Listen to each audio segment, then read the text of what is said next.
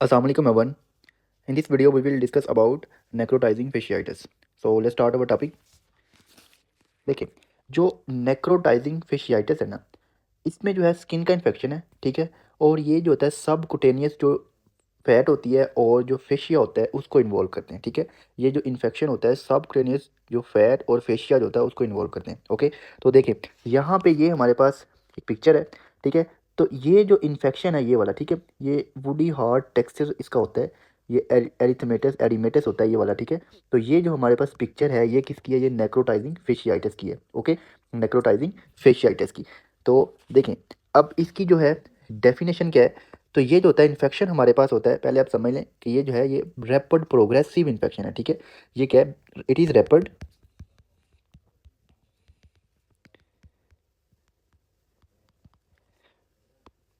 Progressive bacterial infection, ठीक है,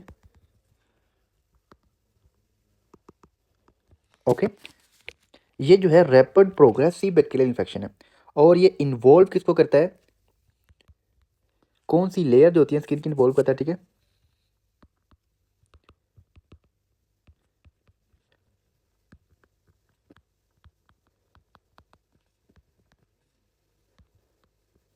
अब देखें जो नेक्रोटाइजिंग इसकी जो इसका जो नेम है इससे शो हो रहा है नेक्रोटाइजिंग, तो नेक्रोसिस करवाता है। तो ये पॉइंट आपने यहाँ पे याद रखना है। ये क्या करवाता है? नेक्रोसिस करवाता है सबकुटेनियस टिश्यू की, ठीक है। सबकुटेनियस टिश्यू की, ठीक है। सबकुटेनियस टिश्यू एंड फेशिया, ठीक है। बट आपने ये पॉइंट याद रखना है, इसके अंदर जो इसका अंडरलाइन जो मसल्स होते हैं फेशिया के नीचे वो स्पेयर रहते हैं, वो इन्वॉल्व नहीं होते, ठीक है। And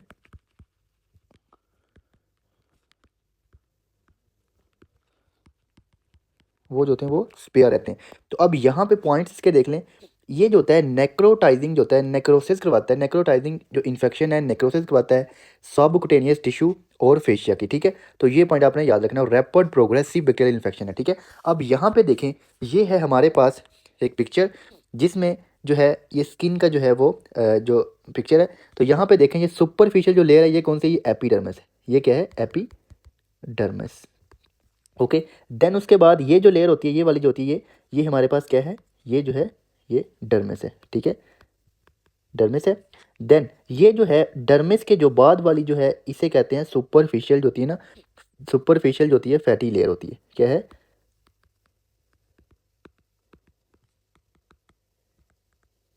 fatty layer, okay. अब यहाँ पे देखें ये जो है ये वाली ये जो एक लाइन से आपको नजर आ रही है ये वाली, ठीक है। ये वाली जिसे मैं ग्रीन से बना रहा हूँ ये वाली, इसे हम कहते हैं सुपरफिशियल फेशिया। ये क्या है? Superficial fascia. ये क्या है?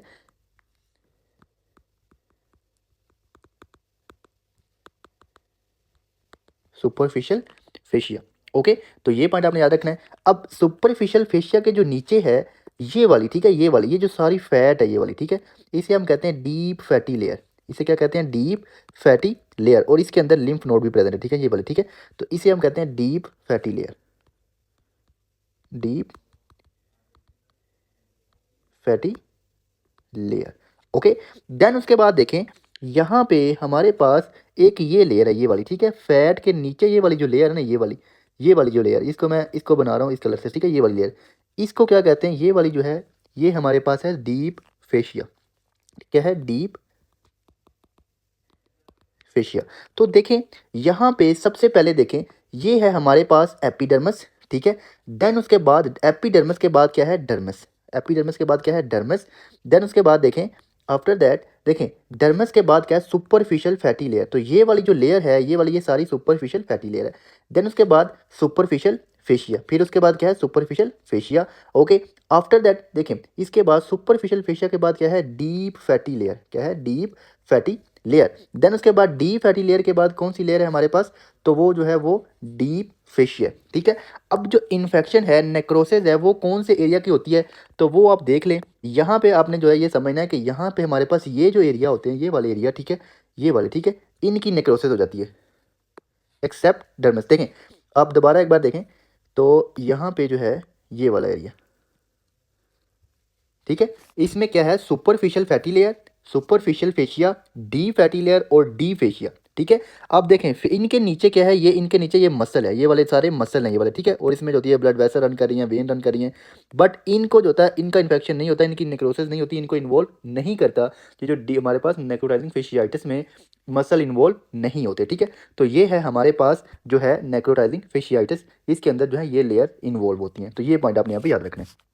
ओके, अब देखें यहाँ पे जो है इसकी जो एमसीक्यू रहता है, मोस्ट कॉमन साइट कौन सी है, तो ये लोअर लिम्ब है, ठीक है। मोस्ट कॉमन साइट जो है, तो मोस्ट कॉमन जो साइट है वो है लोअर लिम्ब, ठीक है। तो ये पॉइंट आपने यहाँ पे याद रखना है। अब नेक्स्ट देखें इसका ना एक एमसीक्यू आता है कि अगर तो जो है नेक्रोटाइजिंग फिशियाइटिस जो है ये जो हो प्रीनियम एरिया पे हो जाए, ठीक है। प्रीनियम एरिया पे हो जाए तो उसको स्पेशल नेम है, उसे क्या कहते हैं, ठीक है। तो यहाँ पे देखें उसे हम कहते हैं फॉरेनर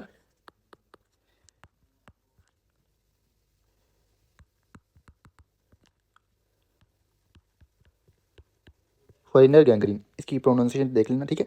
गैंग्रीन, ओके। ये क्या होती है, necrotizing fasciitis involving of perineum, okay. तो ये पॉइंट आपने यहाँ पे याद रखना है, ठीक है। अब नेक्स्ट देखें, नेक्स्ट हमारे पास ये जो होती है मोस्टली पोली माइक्रोबियल होती है, ठीक है।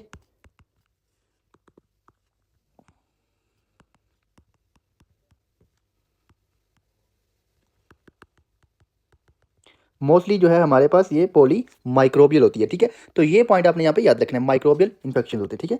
तो यहाँ पे आपने ये पॉइंट याद रखेंगे, पोली माइक्रोबियल होती है, ठीक है। अब इसमें क्या होती है, एरोबिक भी होते हैं, ठीक है, एरोबिक भी होते हैं, और इसके अंदर एन एरोबिक भी होते हैं, बैक्टीरिया जो होते हैं, ठीक है। बट अगर एग्जामिनर जो है वो क्वेश्चन पूछे कि इसके अंदर ये नॉर्मली क्या होता है, पॉली माइक्रोबियल होता है, पर अगर एग्जामिनर पूछे कि सिंगल मोस्ट कॉमन ऑर्गेनिज्म जो है जो नेक्रोटाइजिंग फेशियाइटिस करवा सकता है वो कौन सा ऑर्गेनिज्म है, तो वो है बीटा हिमोलिटिक स्ट्रेप्टोकोकाई, ठीक है। तो ये भी आपने याद रखना है, single most common organism responsible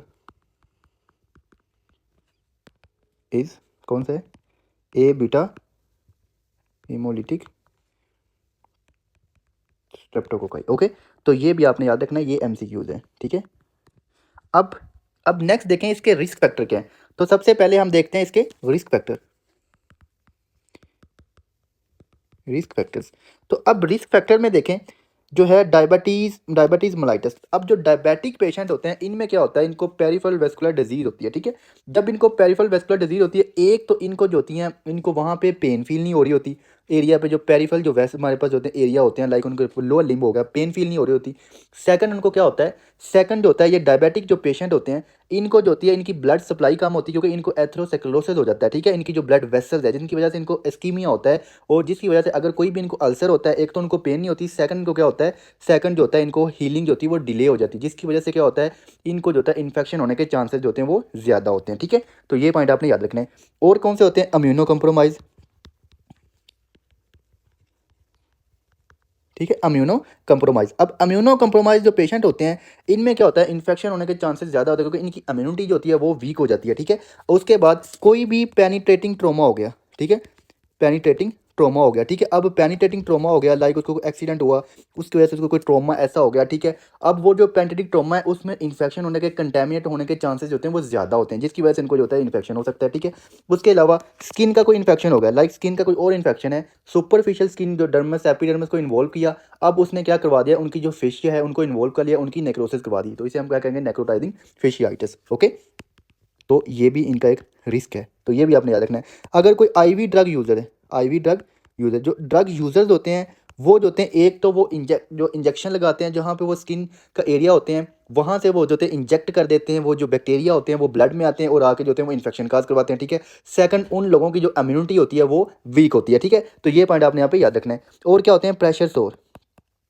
अब जो प्रेशर सोर्स वाले पेशेंट होते हैं, जिनको प्रेशर सोर होते हैं, ये बेड रिडन पेशेंट होते हैं मोस्टली। अब इनके जो प्रेशर अल्सर्स होते हैं ये वाले, ये क्रोनिक होते हैं, ठीक है। अब इनकी हीलिंग जो होती है वो डिले हो जाती है, जिसकी वजह से इनको जो होता है वो इन्फेक्शन होने के चांसेस जो होते हैं वो बढ़ जाते हैं, ठीक है। तो ये इनके सारे जो है रिस्क फैक्टर हैं। अब इनके जो क्लिनिकल फीचर क्या है, तो क्लिनिकल फीचर देख लें, ठीक है।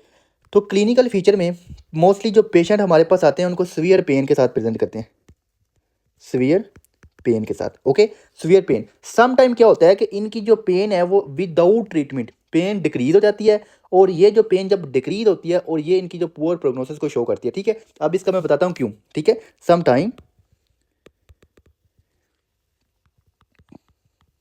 विदाउट ट्रीटमेंट, ओके, जो पेन होती है वो डिक्रीज हो जाती है। क्यों? और इसको हम कहते हैं, इसे हम कहते हैं ओमिनस साइन, ओमिनस साइन, और ये जो है पुअर प्रोग्नोसिस को शो करता है। ठीक है, अब इसकी रीज़न क्या है, ये क्यों ऐसा होता है कि उनकी पेन अभी ट्रीटमेंट नहीं हुआ और उनकी जो पेन है वो कम होगी। पहले तो पेन बहुत ज़्यादा थी जब पेशेंट हमारे पास प्रेजेंट किया, अब उनकी पेन जो है वो कम हो गई है। तो इसकी रीज़न ये होती है कि जब इनका जो फेशिया इन्वॉल्व होता है उसके साथ क्या होता है, इनकी जो नर्व होती हैं वो भी डैमेज हो जाती हैं। ठीक है, जब पेरिफेरल जो नर्व है उनकी जब डिस्ट्रक्शन होती है जिसकी वजह से क्या होता है, सिग्नल नहीं जाता और इनकी पेन जो होती है वो कम हो जाती है। ठीक है, ये इसकी रीज़न क्या होती है, तो destruction of peripheral nerve. Okay, ये पॉइंट। और सेकंड क्या होता है, सेकंड जो होता है इनका थ्रोम्बोसिस हो जाती है स्मॉल वेसल की। ठीक है,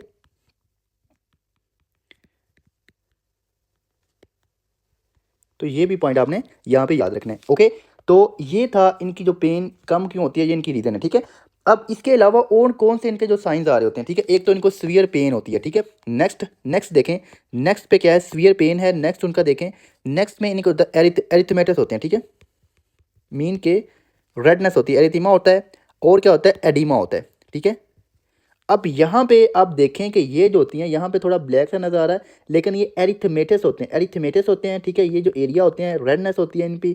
ठीक है, और ये एडिमेटस होते हैं, एडिमेटस होते हैं, एरिथमेटस होते हैं। ठीक है, ये पॉइंट आपने यहाँ पे याद रखना है। अब उसके अलावा क्या होता है, इनका जो टेक्सचर होता है वो जैसे वुड, लकड़ी की तरह का होता है ना, हार्ड वुडी वुडी टेक्सचर होता है। ठीक है, ठीक है,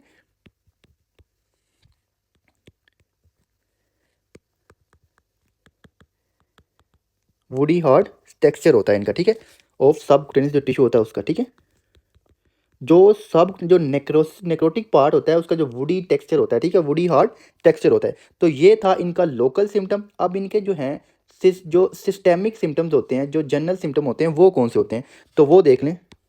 सिस्टेमिक सिम्टम, तो वो इनके होते हैं, फीवर होता है। ठीक है, इन्फेक्शन है तो इन्फेक्शन पेशेंट हमारे पास फीवर के साथ प्रेजेंट करेंगे। ठीक है, अब उसके अलावा टैकीकार्डिया होता है। टैकीकार्डिया क्यों होता है, क्योंकि ये जो बैक्टीरिया होते हैं जब ब्लड में जाते हैं। ठीक है, अब ये जो ब्लड वेसल को जो होते हैं वो डायलेट करते हैं, जैसे इनको एक तो हाइपोटेंशन होता है, जब हाइपोटेंशन होगा तो उसके साथ क्या होगा, इनको टैकीकार्डिया हो जाता है। ठीक है, तो यहाँ पे आपने ये पॉइंट याद रखना है, हाइपोटेंशन होता है और टैकीकार्डिया होता है। ठीक है, शॉक वाली कंडीशन होती है इनकी। ठीक है, तो ये पॉइंट आपने यहाँ पे याद रखेंगे। अब देखें, अब इनकी कॉम्प्लिकेशन क्या हो सकती है, तो कॉम्प्लिकेशन देखते हैं हम। कॉम्प्लिकेशन, अब कॉम्प्लिकेशन में क्या है, कॉम्प्लिकेशन में सेप्टिक शॉक। ठीक है, सेप्टिक शॉक, डीआईसी, ओके, और क्या होता है, मल्टी ऑर्गन फेलियर। अब ये जो कॉम्प्लिकेशन है ये क्यों हो रही है, ठीक है, इसकी रीज़न क्या है, तो इसकी रीज़न समझ लें। यहाँ पे ये वैसे माइक्रो का टॉपिक है तो मैं यहाँ पे आपको थोड़ा सा इसका एक्सप्लेन करता हूँ। जो बैक्टीरिया होते हैं ना, बैक्टीरिया, ठीक है, बैक्टीरिया जब इनकी डेथ होती है, ठीक है, डेथ होती है तो इनकी जो हमारे इनसे क्या होता है, एंडोटॉक्सिन रिलीज होते हैं। क्या रिलीज होते हैं, एंडोटॉक्सिन। अब ये जो एंडोटॉक्सिन होते हैं ये इनमें कौन कौन से कंपोनेंट होते हैं इनके, इनका जो एक मेजर कंपोनेंट होता है लिपिड ए। ठीक है, लिपिड ए, इनका ओ एंटीजन होता है, पॉलीसेक्राइड्स होते हैं। ठीक है, कोर पॉलीसेक्राइड होते हैं। ठीक है, लिपिड ए। अब ये जो लिपिड ए कंपोनेंट है ना, ठीक है, इनका लिपिड ए कंपोनेंट, अब ये क्या करता है, ये जब ब्लड में जाता है, इनका कंपोनेंट होता है। ठीक है, और ये जब ब्लड में जाता है तो ये जाके करवा देता है मैक्रोफेजेस को एक्टिवेट। ठीक है, मैक्रोफेजेस को करवाता है एक्टिवेट। मैक्रोफेज को जब एक्टिवेट करवा देता है और क्या करवाता है, और ये जो कंप्लीमेंट्स होते हैं उनको एक्टिवेट करवा देता है।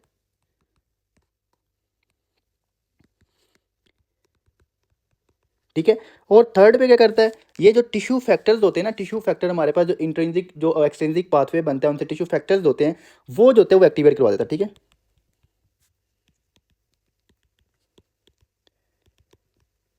अब ये क्या करते हैं, अब ये जो मैक्रोफेजेस होते हैं, ये जो होते हैं जब एक्टिवेट होते हैं तो फिर क्या होता है, जब मैक्रोफेजेस एक्टिवेट होंगे तो ये रिलीज करते हैं इंटरल्यूकन 1 और इंटरल्यूकन 6। ठीक है, अब इंटरल्यूकन 1 और 6 जो होते हैं ये करवाते हैं फीवर। ये क्या करवाते हैं, फीवर। ठीक है, और क्या करते हैं, ये रिलीज करते हैं ट्यूमर नेक्रोटिक फैक्टर अल्फ़ा जो हमारे पास मैक्रोफेजेस होते हैं, और ये करवा देते हैं फीवर और hypotension, fever and blood pressure को जो होता है वो कम करवा देते हैं, ठीक है। अब देखें क्यों करवा रहे होते हैं, ये जो होते हैं हमारे पास जो ट्यूमर नेक्रोटिक फैक्टर अल्फा होते हैं, ये वेसल को डायलेट कर रहे होते हैं, इसकी वजह से क्या होता है बीपी लो हो जाता है और हमारे सेट पॉइंट को चेंज करते हैं, हमारा जो फीवर जो होता है फीवर करवा रहे होते हैं, ठीक है। अब देखें उसके अलावा और क्या करते हैं, और ये नाइट्रिक ऑक्साइड को रिलीज करते हैं, और ये जो नाइट्रिक ऑक्साइड होता है ये बीपी को लो कर देता है, ठीक है, वेसल को डायलेट कर देता है, ठीक है।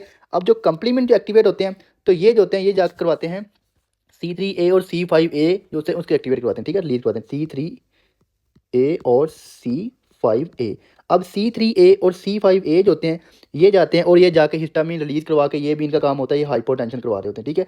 तो ये पॉइंट आपने यहाँ पे याद रखना है, ओके। अब देखें, अब जो टिश्यू फैक्टर्स होते हैं ये क्या करते हैं, ये कोआगुलेशन जो कैस्केड होता है ना, कोआगुलेशन कैस्केड, ओके, ये उसको एक्टिवेट करवाते हैं, जिससे क्या होता है DIC। तो मैंने आपको कॉम्प्लिकेशन कौन कौन सी बताई, इनकी कॉम्प्लिकेशन एक तो हाइपोटेंशन हो रही होती है, ठीक है। फीवर तो मैंने आपको बता दिया, फीवर तो बैक्टीरियल इन्फेक्शन में होता है, ठीक है। हाइपोटेंशन होता है, DIC होता है, और जब हाइपोटेंशन होगा आर्गन को जो होगा वो आगे जो ब्लड नहीं मिलेगा और कंडीशन के आगे शॉक वाली कंडीशन हो जाएगी, ठीक है। तो इनकी कॉम्प्लिकेशन देख लें, सेप्टिक शॉक हो सकता है, DIC और मल्टी आर्गन फेलियर। तो ये आपने इनकी कॉम्प्लिकेशन जो है इनको आपने याद रखना है, ओके।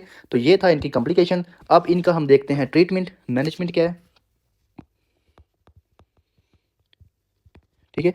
अब इनकी जो मैनेजमेंट है उसमें हमने क्या करना है, मैनेजमेंट, ठीक है। तो मैनेजमेंट में देखें अर्जेंट होता है सर्जिकल डिब्राइडमेंट करना होता है, अर्जेंट सर्जिकल डिब्राइडमेंट, ठीक है, सर्जिकल डिब्राइडमेंट करते हैं। प्लस प्लस हमने और इसमें क्या करना होता है, IV फ्लूइड देना होता है, साथ साथ इनको IV फ्लूइड देते हैं। और क्या ऐड करते हैं हम, IV एंटीबायोटिक ऐड करते हैं, ठीक है। एंटीबायोटिक हमने वो करनी होती है जो ग्राम नेगेटिव और ग्राम पॉजिटिव दोनों को कवर करे, ठीक है। IV एंटीबायोटिक्स करते हैं और साथ हमने स्पोर्टिव केयर देनी होती है, ठीक है। लाइक उसको पेन है तो हम पेन किलर देंगे, ठीक है, ओके, ठीक है। और क्या करना होता है, और जो होता है, ठीक है, ये हो गया। और हमने जो होता है इनके अंदर ऐड करनी होती है हाइपर बैरिक ऑक्सीजन, ठीक है, हाइपर बैरिक ऑक्सीजन। अब ये जो हाइपर बैरिक ऑक्सीजन होती है ये क्या करती है, ये वाउंड हीलिंग में जो होती है वो हेल्प करती है, ठीक है, help in wound healing, okay.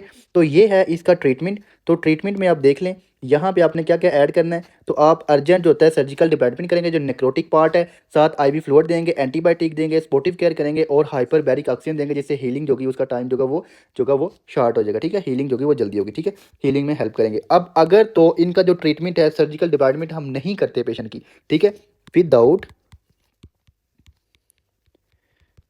Surgical debridement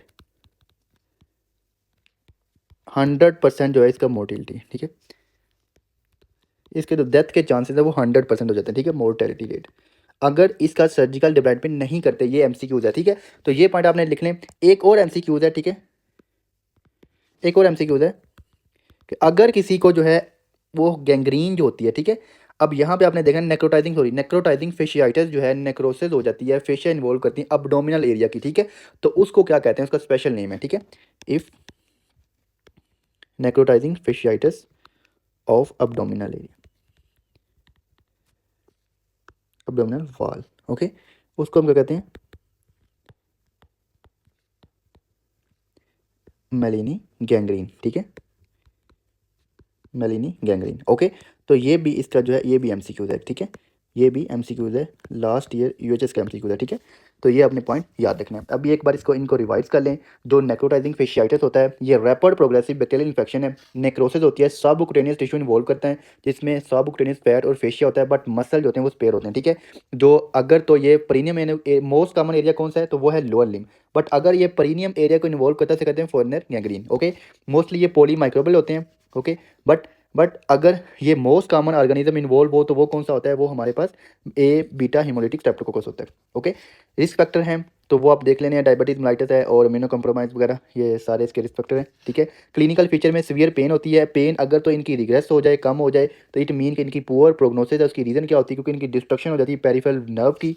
और इसके और साइन सिम्टम्स कौन से होते हैं, एरिथीमा होता है, एडिमा होता है और वुडी हार्ड टेक्सचर होता है इस वाउंड का, ठीक है, जो इन्फेक्शन होता है। अब सिस्टेमिक सिम्टम क्या होते हैं, फीवर, टैकीकार्डिया, हाइपोटेंशन, कॉम्प्लिकेशन में DIC, सेप्टिक शॉक, DIC और मल्टी ऑर्गन फेलियर हो सकता है, ठीक है।